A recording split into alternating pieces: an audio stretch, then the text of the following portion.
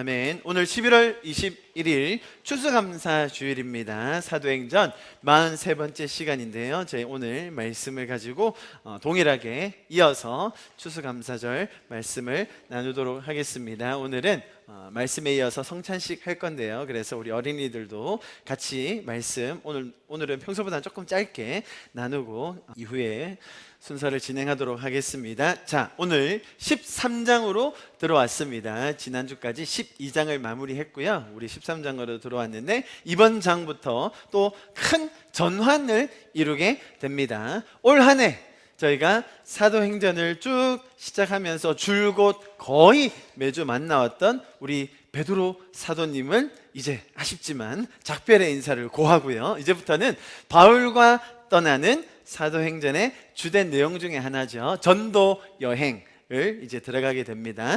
예수님께서 살아생전부터 이제 계속 그때 줄곧 제자로 따라다녔던 베드로, 산전수전 다 겪었지 않습니까? 그렇던 베드로와 이제부터 등장하는 바울이라는 사람은 사실 그의 배경이라든지 예수님과 따라다녔던 그런 시간으로만 봐도 너무나 큰 차이가 있습니다. 두 사람은 느낌이 사뭇 다르지요. 베드로에게는 기본적으로 선민사상이 좀 있었습니다. 그죠? 또한 자칭이건 타칭이건 간에 예수님의 수제자라는 그런 타이틀이 있었잖아요. 그래서 그런 어떤 특권의식이 강하게 영향을 끼쳤을 겁니다. 그리고 처음부터 따라다녔던 제자이기도 했으니까요. 거기서 나왔던 그런 프라이드, 자만심이 있었겠죠. 반면에 사울이라고 불렸던 이 청년은 등장부터가 꽤나 살벌했지 않습니까? 예수 믿는 사람들을 잡아다가 감옥에 가두고 뿐만 아니라 처형까지 시키려고 했던 자가 바로 사울이었습니다. 더 엄밀히 말하면 스데반의 순교의 장면에서 처음 등장했었죠. 그리고 스데반이 순교당하는 장면을 보고 그 일을 마땅히 여겼던 자가 다름 아닌 사울이라는 청년이었습니다. 이처럼 사울은 시작부터가 굉장히 극적으로 나타났었습니다. 또 믿은 후에도 그렇게 믿음의 여정이 순탄하지는 않았습니다. 본인의 그런 혈기가 있었잖아요. 그죠? 열정적인 태도가 있었어요. 그로 인해서 오해를 많이 받았습니다. 미움과 배척도 당했어요. 전문 용어로 텃세라고 하죠. 그죠? 갑자기 어디서 굴러 들어온 돌이 막 중요한 역할을 하려고 하니까 제자들도 그를 밀어내곤 했었죠. 벌써 그렇게 예수님을 다메섹 도상에서 만난 지 오늘 이제 13장에 들어왔는데 몇 년 정도 지났다고 보십니까? 제가 몇 번 설명드려서 아마 이제 감이 오실 텐데요. 적어도 13년에서 14년 정도 지난 시점입니다.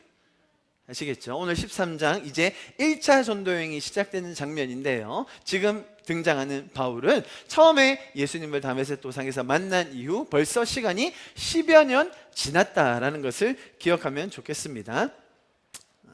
사울이라는 이 청년이 너무나 사람들에게 자기 자신을 표현하는 것이 서툴렀고 또 무례하다 보니까 다른 사람으로 하여금 자신을 살해하게 하는 그런 충동을 일으키는 은사가 있었잖아요. 그래서 다소에 짱박혀 있었습니다. 다소라는 곳은 사울의 고향이었지요. 그런데 그렇게 머물러 있던 자신을 바나바가 기억해 줬어요. 착한 사람 바나바가 안디옥에서 사역할 때 바울을 불러와야겠다라고 해서 바울을 불러왔죠. 그래서 안디옥에서 1년 동안 그 사람들을 잘 가르치고 양육했습니다. 그 이야기가 지난 다음 오늘 본문이 들어가는 겁니다.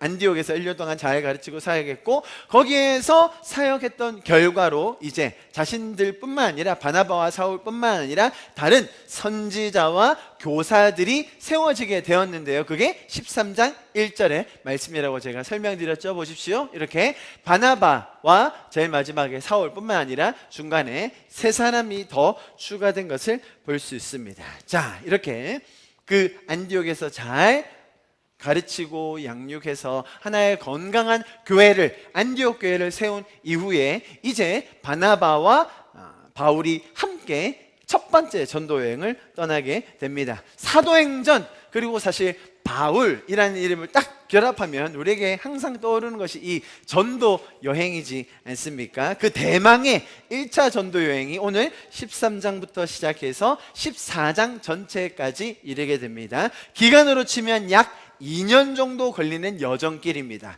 짧은 기간은 아니죠. AD 47년에서 48년으로 보시면 됩니다.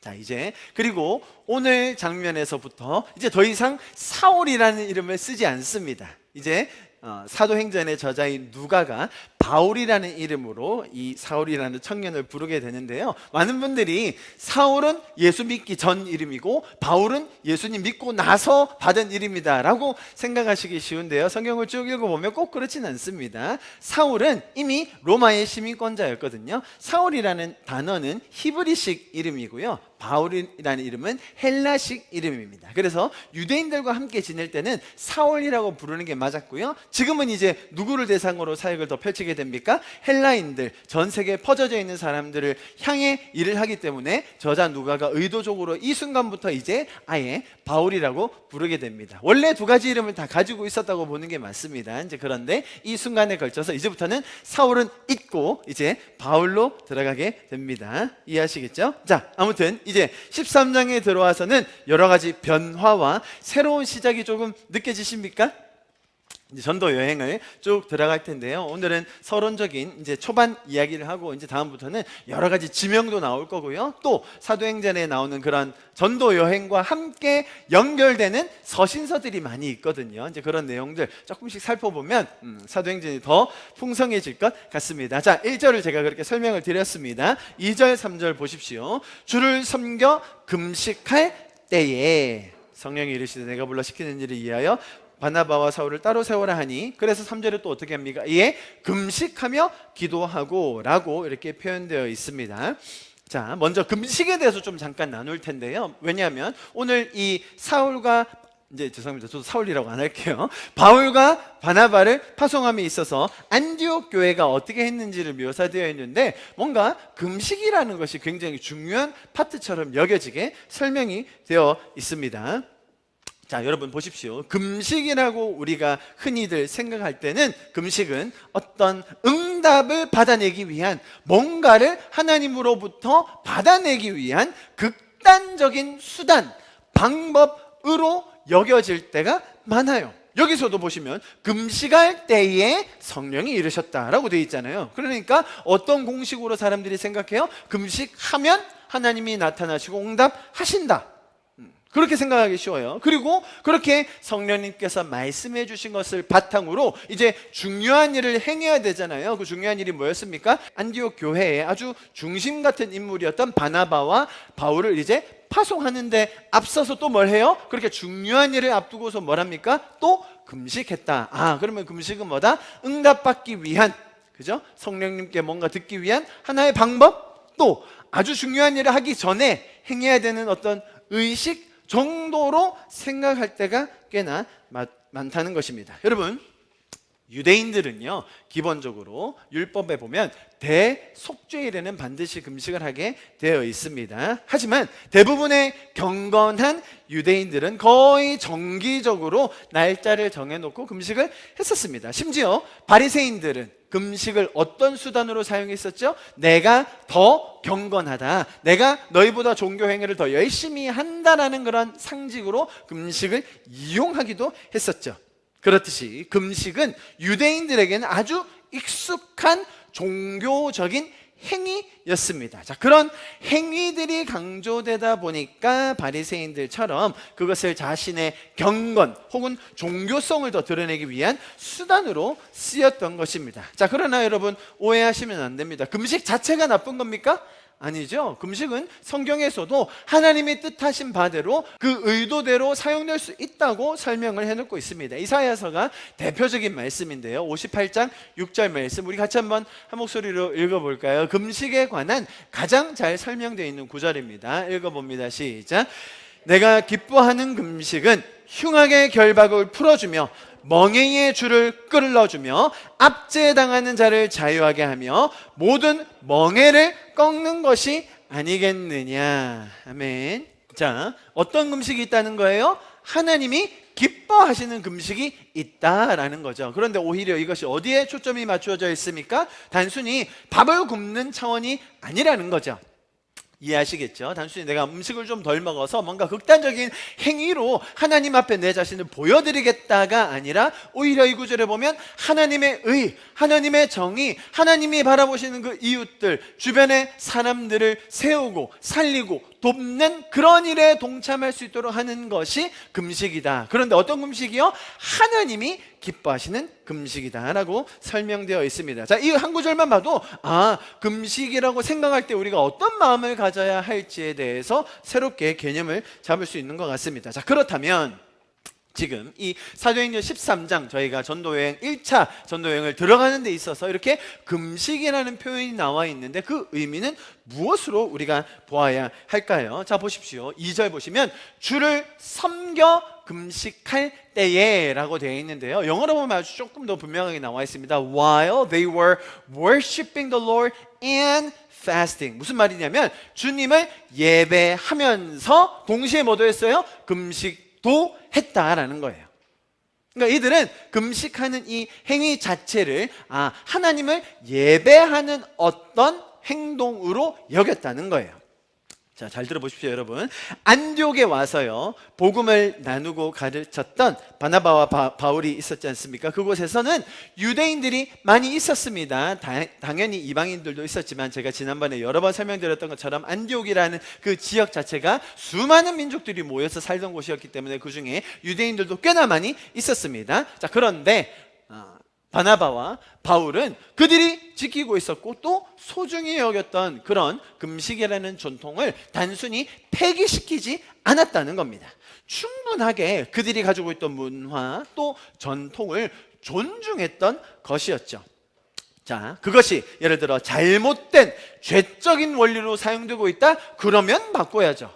무슨 말인지 아시겠죠? 어떤 종교적인 행위나 전통 자체가 사람을 해롭게 한다든지, 그죠? 핍박을 한다든지 폭력적이라든지 그 근본적인 그 철학 자체가 잘못되어 있다면 그건 뜯어 고쳐야 됩니다. 미개한 문화에서 그런 것들이 있을 때 선교사님들이 가서 아주 조심스럽게 하나씩 바꾸는 것을 우리가 볼 수 있죠. 그러나 성경에서 하나님이 기뻐할 수 있는 이런 것이라고 나와 있고, 또한 그것이 죄적으로 사용되지 않는다면 충분히 우리의 신앙생활에 도움을 줄 수 있다면 이것은 함부로 폐기하지 않는 게 맞다는 거예요. 이처럼 하나님의 원리는 단순히 우리를 강압적으로 있는 것을 다 드러내게 하고 내 방식만 따라라 라고 하는 방식이 아니라 하나님은 인격적으로 우리를 존중하시면서 우리의 삶에 녹아날 수 있는 그런 복음을 가르쳐 주신다라는 것을 기억해야 됩니다. 이해하시겠죠? 자, 그래서 하나님은 그들 안에 있었던 것을 다 뜯어 고치는 것이 아닌 성경이 인정하고 또 유익하게 우리 안에 자리 잡을 수 있는 것들을 마다하거나 금지하지 않으시고 오히려 본질적으로 가깝게 인도해 가신다. 그들은 금식이라는 것을 내 신앙생활의 자랑, 교만으로 사용했지만 지금은 어떤 방식으로 사용하고 있다고요? 하나님을 예배하는 방식으로 그들을 인정하며 그 생활과 문화 안에서 다시금 정립해가고 계신다라는 것을 우리가 기억하면 좋겠습니다. 금식이 뭐라고요? 하나님을 감동시켜가지고 내가 뭔가 받아내고 응답을 얻어내기 위한 수단이 아니라 하나님을 예배하고 하나님이 기뻐하시는 금식이 뭐라고요? 내가 기뻐하는 금식은 흉악의 결박을 풀어주며 멍에의 줄을 끌어주며 압제당하는 자를 자유하게 하며 모든 멍에를 꺾는 것이 아니겠느냐. 할렐루야. 너무너무나 의미심장한 말씀이라고 생각합니다. 여러분, 이것을 우리가 묵상하고 생각할 때에 정말 흉악의 결박에 갇혀있는 자가 누군지, 멍에에 줄려서 끌려다니는 자들이 누군지, 압제당하는 자들, 그죠? 그런 것들을 다 꺾을 수 있는 그 하나님의 마음을 받고 또 그 마음대로 따라 살 수 있는 그것이 하나님이 기뻐하는 금식인 것을 저희가 다시 한번 배웠으면 좋겠습니다. 자, 먼저 초반에 들어갈 때 금식에 대해서 제가 설명을 드렸고요. 자, 4절 이어서 보겠습니다. 자, 2절부터 다시 보시면요, 조금 어려운 주제가 한 가지 나옵니다. 2절 보십시오. 주를 섬겨 금식할 때에 성령이 이르시되 내가 불러 시키는 일을 위하여. 성령이 지금 누구를 부르고 계십니까? 바울과 바나바를 부르고 계신데 어떤 형태로 부르세요? 마치 그 두 사람을 안디옥 교회 중에서 콕 집었습니다. 두 사람을 쏙 불러내가지고 어디로 보내요? 내가 딱 정한 그 곳으로 그냥 횡 보내버린다 라는 뉘앙스로 보입니다. 사전에 그것이 한 번 더 설명이 되어 있죠. 보세요. 두 사람이 성령의 보내심을 받아 실루기아에 내려가서 거기서 배 타고 구브로에 가서라고 되어 있습니다. 자, 여러분, 한번 우리가 잘 생각해야 할 지점입니다. 이 표현만 보자면 바나바와 바울은 이렇게 전도 여행을 떠나게 되었는데요, 그것이 자의에 의한, 스스로 선택에 의한 그런 결정이었습니까? 아니면 성령께서 이 두 사람을 강권해서, 그런 표현 우리 많이 쓰잖아요. 강권해서 두 사람을 콕 찍어가지고 갈 곳도 딱 정해서, 자, 여기 들러서 요렇게 한 바퀴 돌아서 와라.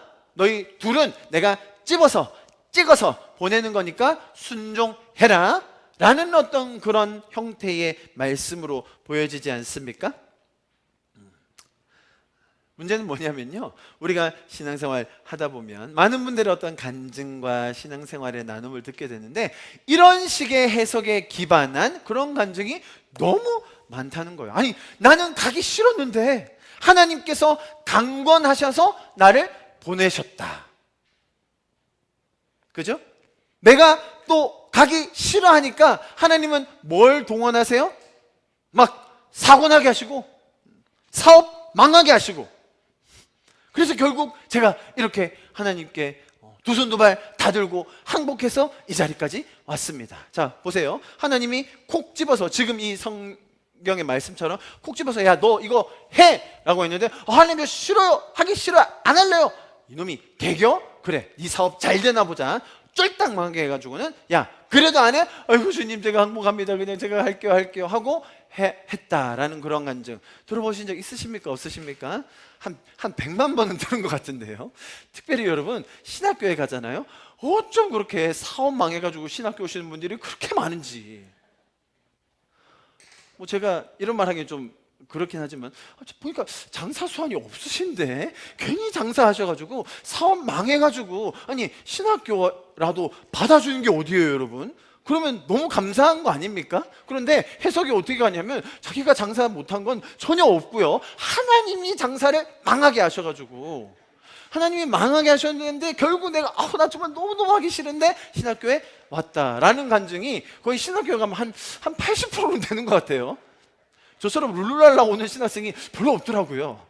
나는 하기 싫었는데 난 너무너무 싫은데 어쩔 수 없이 주님의 부르심에 따라 왔다라는 그런 간증 들어본 적 많으시죠? 자, 내가 원하지 않았을 때 뭔가를 딱 세팅해 놓으시고 내가 그 길로 안 가기라도 할 손이면 아주 그냥 가차없이 우리 인생에 폭풍을 몰아치셔서 벌을 내리신다든지 아니면 어려운 환경을 강제로 주신다든지, 그렇게 해서 우리를 결국 원하는, 하나님이 콕 집어서 가기 원하는 그 자리로 우리를 인도하신다, 이런 식의 해석을 많이 하는데요, 오늘 본문도 딱 그렇게 보이는 게 문제라는 거예요. 여러분 어떻게 생각하십니까? 3절 보십시오. 3절, 안디옥 교회가 두 사람을 보냅니다. 그죠? 이에 금식하여 기도하고 두 사람에게 안수하여 보내니라. 그렇죠? 자, 보내니라에 해당하는 헬라어 아펠리산, 제가 이렇게 헬라어까지 동원하고 발음까지 해드릴 때는 중요하니까 잘 들으시라는 그런 얘기죠. 그죠? 아펠리산은요, 가게 하다라는 의미예요.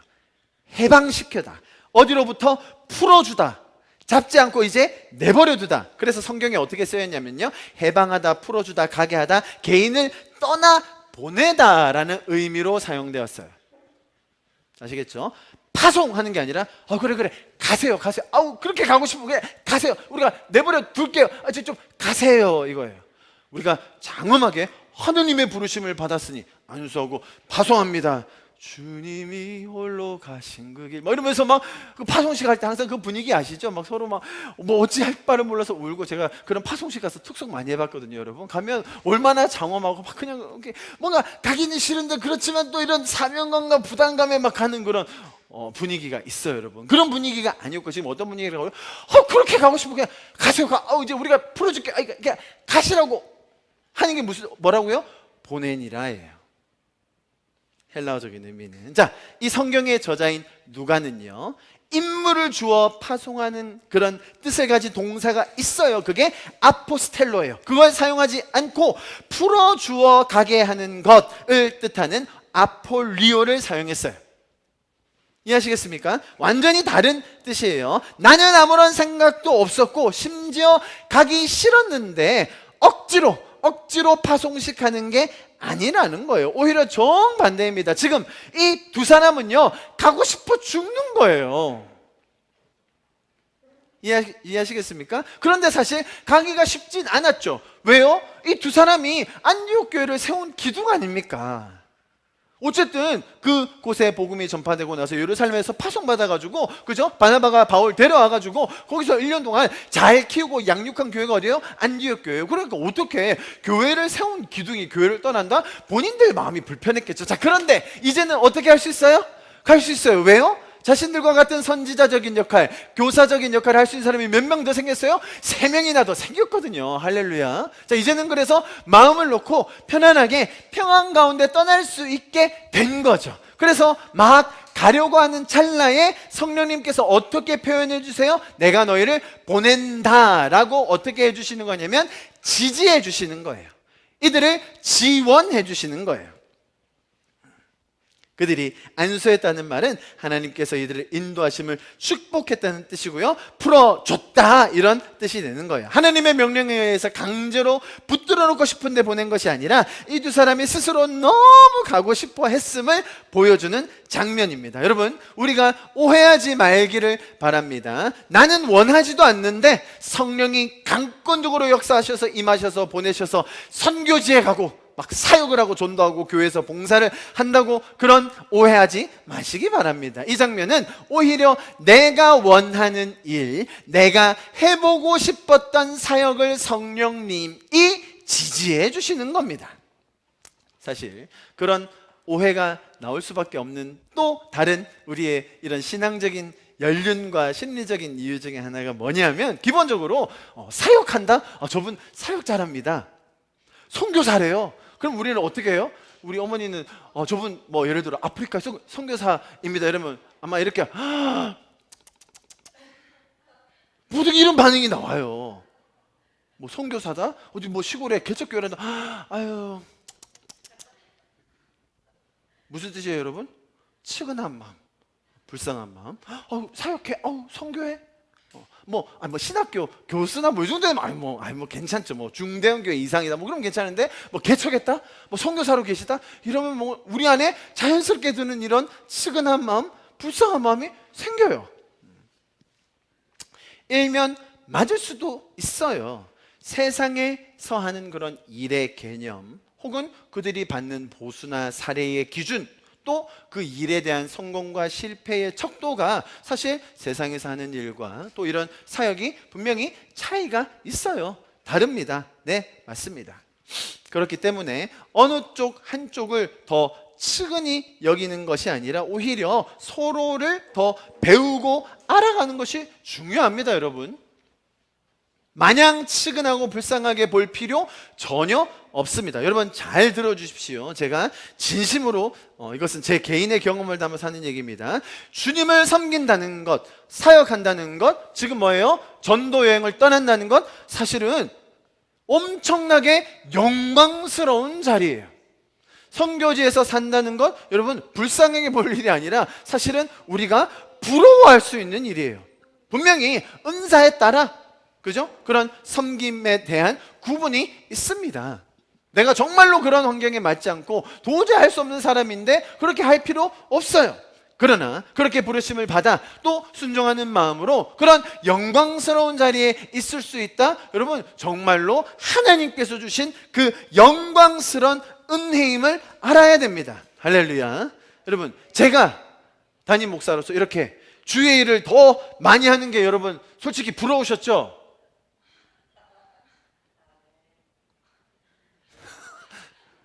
저는 이게 좋은데요. 제가 뭐 이렇게 순종하는 마음으로 막 이렇게 파송받아서 억지로 하는 것처럼 여러분 보이십니까? 전도여행 못 가서 난리죠, 여러분. 그렇지 않습니까? 그 와중에 하나님이 지지해 주신다는 거예요. 얼마나 기쁩니까, 여러분? 여러분도 해보시기를 축복합니다. 성령께서 지지해 주시는 것을 경험하기 바랍니다. 자, 이것과 더불어서 한 가지 더 중요한 이유가 있어요. 그게 뭐냐면, 자 보세요 여러분, 제가 아까 그런 베드로와 또 바울에 대한 비교를 좀 드렸었는데요. 베드로는 어쨌든 예수님의 가장 사역 초기, 공생의 초기부터 부름을 받아 제자로 계속 같이 다녔던 사람이고, 그것을 자신도 알고 타인도 다 알아요. 그래서 베드로 하면 누굽니까? 아, 예수님의 첫 사도, 아, 예수님의 수제자, 아, 예수님과 3년 반을 보냈고 그 십자가 다 겪었고 부활 다 겪었고 승천부터 초대교회 지금까지 쭉 왔던 사람. 자, 바울은 어때요? 쟤는 어디서 들어온 애래? 자기가 사도라네? 아이고, 가짜나서 뭔 소리야? 사도라고? 제자라고? 변화됐다고? 진짜야? 여러분, 바울의 전생애에 이 꼬리표가 계속 따라다녀요. 당신 진짜 사도 맞아요? 진짜 파송받은 거 맞아요? 아니, 전도에 당신 뜻대로 하는 거 아니에요? 자기 마음대로 하는 거 아니에요? 그래가지고요, 바울이 계속 자신을 이렇게 변호해요. 보세요, 로마서 1장 1절 서신서의 첫 구절마다 뭐라고 얘기하는지 보세요. 예수 그리스도의 종 바울은 사도로 부르심을 받아. 이 말 지금 왜 하는지 뉘앙스를 느끼셔야 돼요. 사도로 나 부르심 받았다고. 하나님의 복음 위하여 나 택정함 입었다니까. 고린도전서 하나님의 뜻을 따라 그리스도 예수의 사도로 부르심을 받은 나 바울. 여러분, 이렇게 자꾸 얘기를 하면 분명히 이유가 있는 거예요. 한두 구절이 아닙니다. 갈라디아서 또 첫 구절, 사람들에게서 난 것도 아니요 사람으로 말미암은 것도 아니요 오직 예수 그리스도와 그를 죽으신 자 가운데서 살리신 하나님 아버지로 말미암아 사도된 나 그렇게 사도 됐다고. 진짜 못 믿겠니 너희들? 에베소서 마지막 같이 한번 읽어볼까요? 시작. 하나님의 뜻으로 말미암아 그리스도 예수의 사도된 바울은 에베소에 있는 성도들과 그리스도 예수 안에 있는 신실한 자들에게 편지하노니. 여러분, 이렇게 말이 길면요 뭔가 캥기는 게 있는 거예요. 뭔가 찝찝한 게 있는 겁니다. 지금 바울의 마음에 사람들이 하도 인정 안 해주고 편지 보내는 것마다 이 사람 뭔데 우리한테 편지 보내? 이 사람이 뭔데 우리 이렇게 가르치려 하지? 성도들이요, 제가요 이래봬도요, 예수님께 부름받은 사도입니다. 제발 제 말을 좀 믿어주세요 라고 하면서 신신당부하는 이 바울의 마음, 여러분 이해하시겠습니까? 어찌 보면 사실 베드로에 되면요 세상적인 스펙은 비할 바가 못 되죠. 어디 감히 어부와 판사를 비교합니까?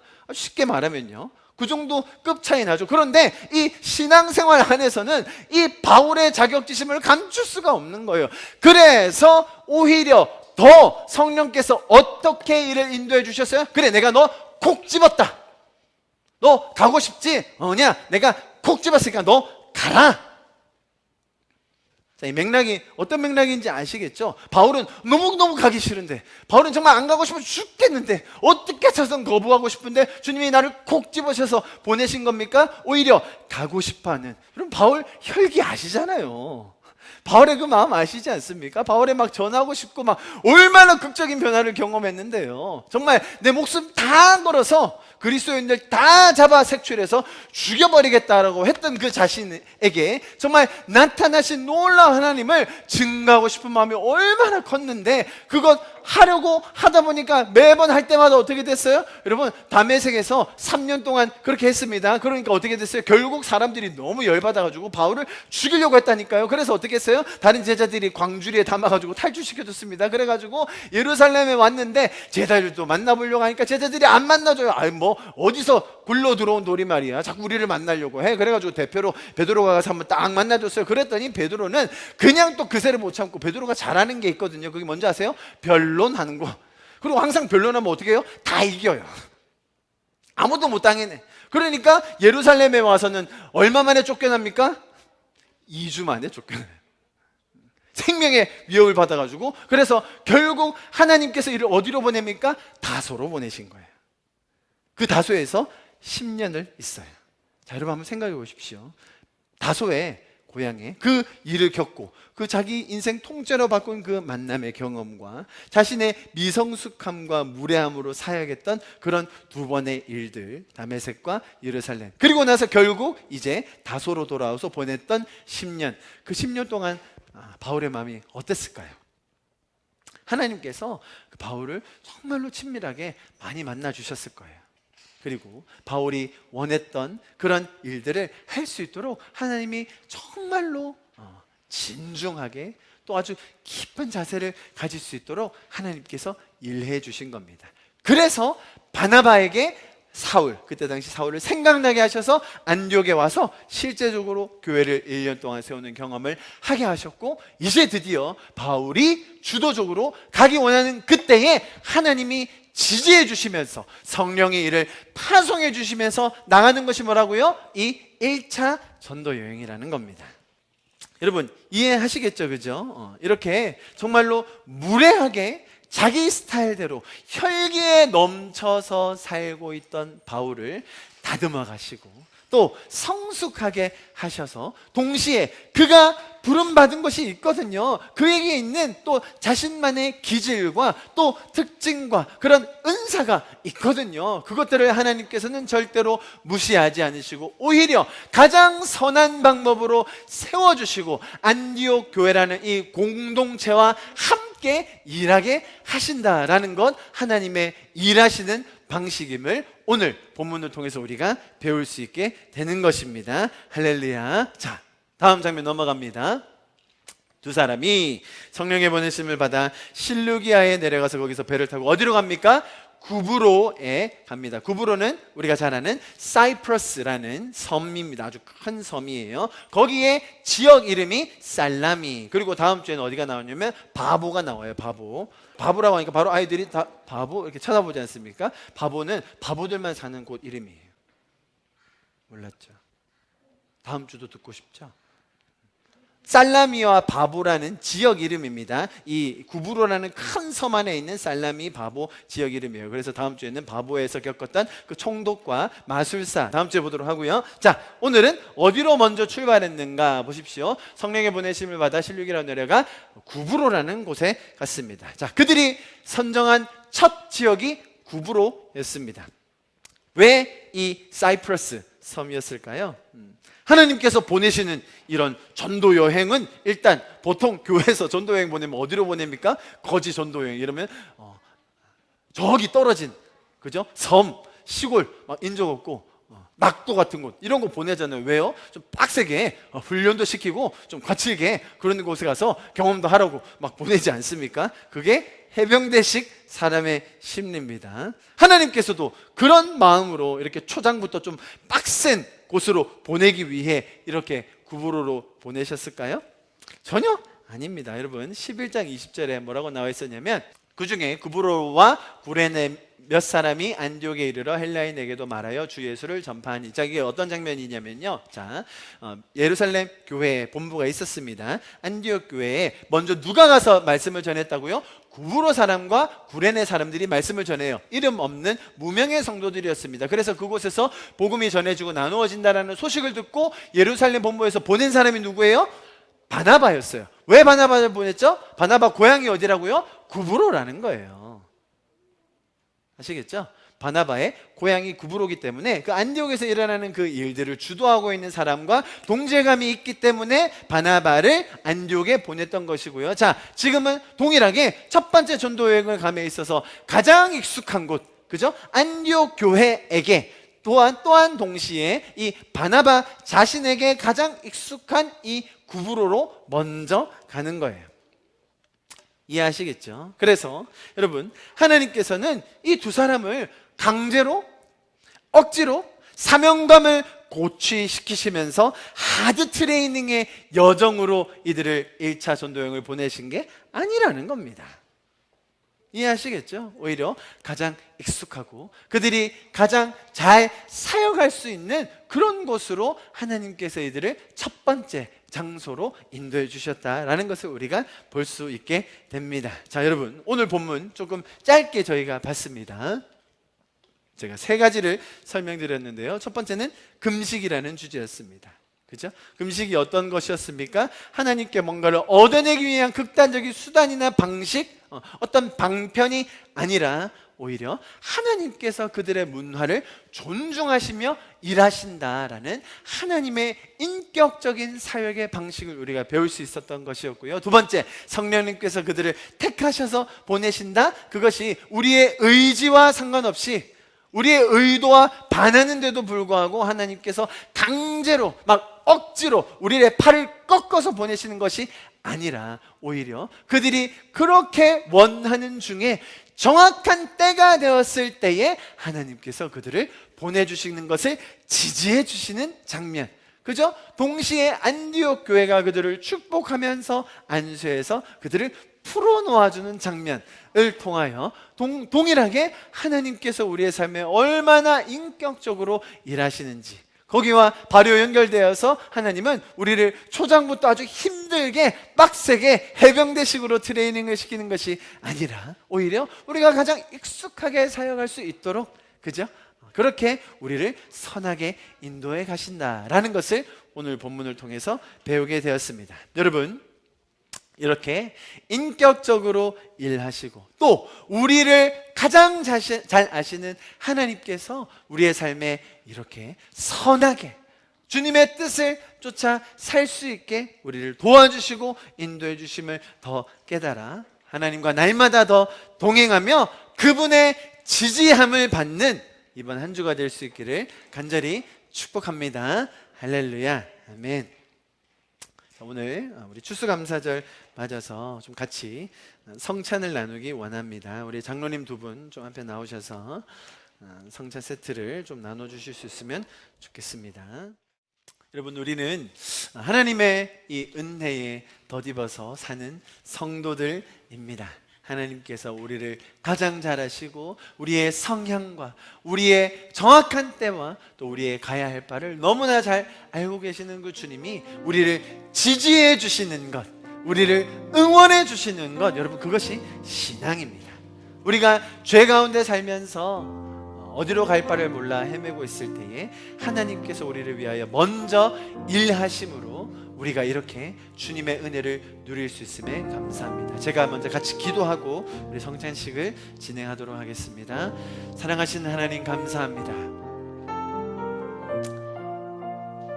우리가 주님의 자녀가 되어 하나님의 지지를 받고 살아갈 수 있는 것, 주님께서 우리를 위하여 먼저 일하셨음을 기억하는 이 성찬을 함께 나누고자 합니다. 하나님, 이 시간을 통하여 다시금 주님께서 우리를 위하여 먼저 일하신 그 희생과 섬김을 기억하며 기념하며 주님, 우리가 주님의 뜻을 따라 사는 자들이 되게 하여 주시옵소서. 이 시간을 주님 앞에 올려드리며 축복합니다. 예수님의 이름으로 기도하였습니다. 아멘. 저희가 성찬이라는 것이 또 약간 음식물이 포함되어 있지 않습니까? 그래서 이렇게 키트가 따로 요즘 이렇게 준비되어서요, 준비를 해보았습니다. 안에 보시면 이렇게 일회용으로 제가 깔끔하게 준비해놨습니다. 잔이 들어있고요, 또 무교절에 먹는 무교병입니다. 이스라엘에서 가져온. 그래서 두 개를 같이 하실 수 있어서 다 나오실 필요 없고 우리 장로님들께서 한 키트씩 나눠주시면 본인 앞에 놓고 제가 집례하는 것에 따라 성찬을 따라오시면 되겠습니다. 장로님들이 나눠주시면 좋겠습니다.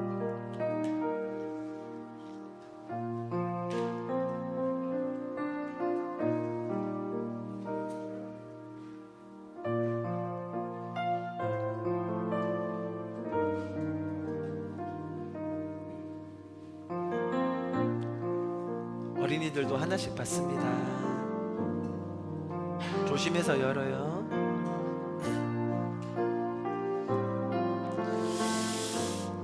앞에 놓으시고 제가 말씀 읽겠습니다. 마태복음 26장 26절입니다. 그들이 먹을 때에 예수께서 떡을 가지사 축복하시고 떼어 제자들에게 주시며 이르시되 받아서 먹으라, 이것은 내 몸이니라 하시고. 아멘. 우리 먼저 예수님의 몸에 참여합니다. 하나님께서 아들을 보내셔서 육신을 찢어 우리를 살리신 것입니다. 여러분이 성찬에 참여한다는 것은 하나님께서 우리의 삶에 지금까지 또 지금도 앞으로 우리가 죄를 이길 수 있도록 먼저 우리를 위하여 희생하셨던 그 섬김을 기억하는 것입니다. 이 시간 떡에 참여할 때에 그것을 기억하면서 주님이 주신 이 성찬에 참여하도록 하겠습니다. 옆에 있는 무교병을 함께 드시겠습니다.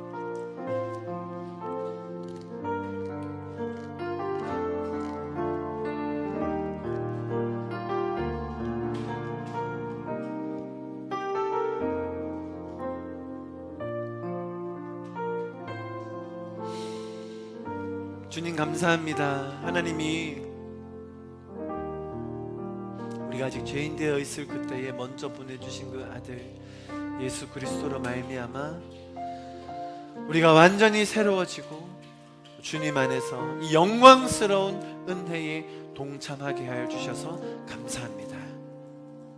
우리가 주님의 몸에 동참할 때에 우리 안에 그 은혜가 다시 새롭게 되게 하여 주시옵소서.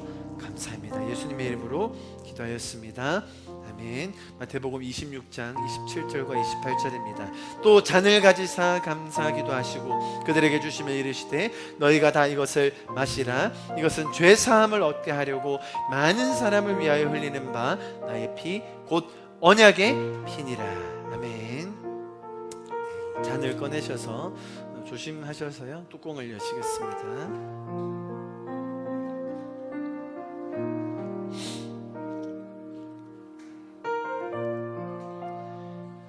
여러분이 포도주는 예수 그리스도께서 우리를 위하여 흘리신 보혈을 상징합니다. 이것은 다름 아니라 우리의 죄를 사하시는 그 주님의 보혈입니다.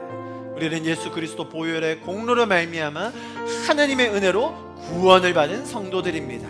할렐루야. 이 보혈을 우리가 다시 한번 기념할 때에 예 주님 우리를 죄의 섭으로부터 구원하여 주셔서 우리를 자유케 하시고 하나님의 그 성도로 살아갈 수 있도록 주님 인도하여 주셔서 감사합니다. 우리가 다시금 주님께서 흘리신 그 보혈로 말미암아 이 세상에서 주님의 은혜를 누리며 나눌 수 있는 성도로 살 수 있게 인도하여 주셔서 주님 다시 한번 감사드립니다.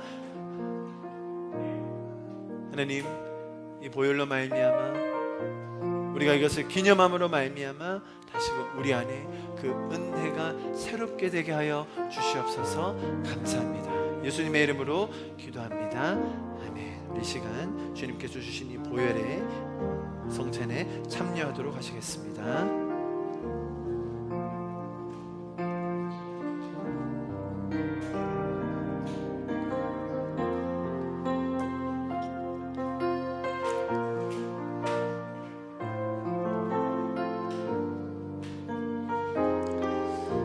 요한복음 13장 말씀입니다. 34절 35절 새 계명을 너희에게 주노니 서로 사랑하라.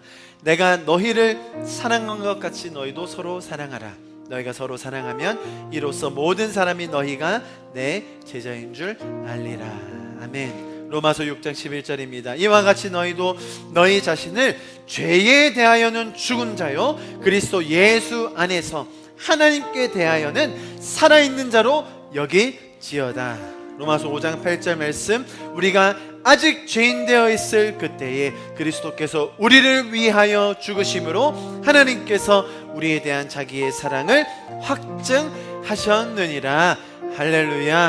아멘. 제가 기도하겠습니다. 하나님 주님께서 몸을 찢어 우리가 하나님의 형상이고 또 우리의 이웃이 동일한 하나님의 형상임을 그 사랑할 수 있는 존재임을 깨닫게 해주셔서 감사합니다.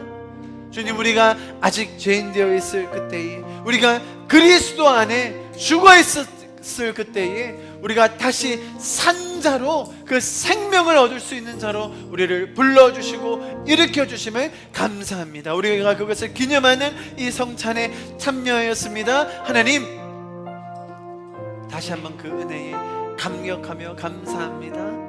주님 주신 놀라운 이 생명과 영광스러운 은혜에 동참하며 또 그것을 풍성하게 누리며 나누는 우리 귀한 성도들 한 분 한 분 되게 하여 주시옵소서.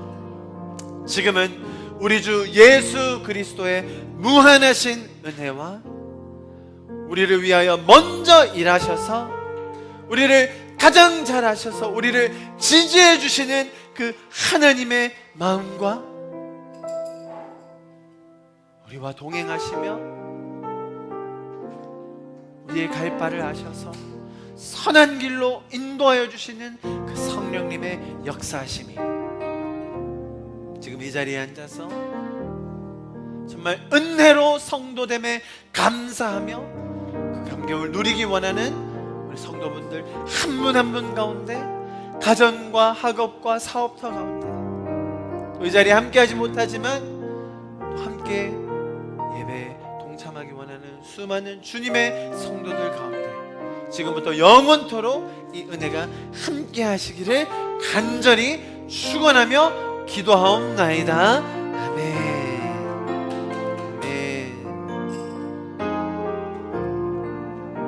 같이 이 찬양 마지막으로 하고 예배를 마치겠습니다. 내가 누려왔던 모든 것들이 내가 누려왔던 모든 것들이 내가 지나왔던 모든 시간이 내가 걸어왔던 모든 순간이 당연한 것 아니라 은혜였소. 아침 해가 뜨고 저녁에 노을 봄의 꽃향기와 가을의 열매 변하는 계절의 모든 순간이 당연한 것 아니라 은혜였소. 모든 것이 은혜 은혜 은혜 한없는 은혜 내 삶에 당연한 것 하나로 없었던 것을 모든 것이 은혜였소. 내가 이 땅에 태어나 사는 것 내가 이 땅에 태어나 사는 것 어린아이 시절과 지금까지 숨을 쉬며 살며 꿈을 꾸는 삶 당연한 것 아니라 은혜였소. 내가 하나님의 자녀로 내가 하나님의 자녀로 살며 오늘 찬양하고 예배하는 삶 복음을 전할 수 있는 축복이 당연한 것 아니라 은혜였소. 모든 것이 은혜 은혜 은혜 한없는 은혜 내 삶에 당연한 것 하나도 없었던 것을 모든 것이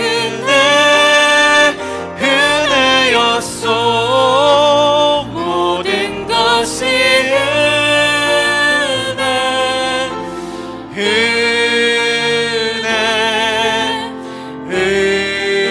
은혜 한없는 은혜 내 삶에 당연한 것 하나도 없었던 것을 모든 것이 은혜였소. 모든 것이 은혜 모든 것이 은혜였소. 모든 것이 은혜였소. 할렐루야. 주님, 이 추수감사절을 맞아 말씀을 통하여 또 이 성찬을 통하여 찬양을 통하여 우리에게 주신 은혜를 기억하고 기념하며 또 감사할 수 있는 시간을 주신 주님 감사합니다. 주님과 함께 동행하는 이 길을 우리가 더 기대하게 됩니다. 살아계신 주님, 더욱더 놀랍게 역사하실 것을 이 시간 기도합니다. 주님 감사드립니다. 이 모든 말씀 우리를 위하여 죽으시고 부활하셔서 지금도 우리와 함께 계신 예수 그리스도 그 놀라운 이름으로 함께 기도하였습니다. 아멘.